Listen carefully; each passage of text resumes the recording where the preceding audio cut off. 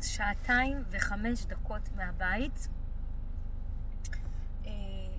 עצרתי בפיצה האט, קניתי פיצה וסלט, ואני מאזנת את זה עם מים. אפילו לא לקחתי דיאט קולה, אתם רואים, אני בהשתדלות. וזהו, ברונו, מה אתה אומר? אנחנו נבדוק איך הפיצה שלנו. פיצה קטנה, הנה אפילו פיצה אישית, ממש קטנה. בוא נשים לנו פה חריף.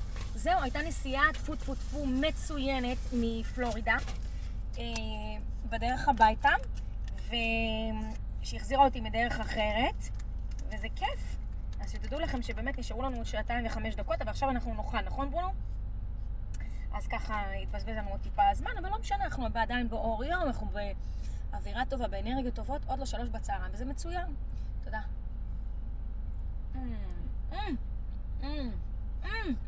תראו כמו שאני אוהבת.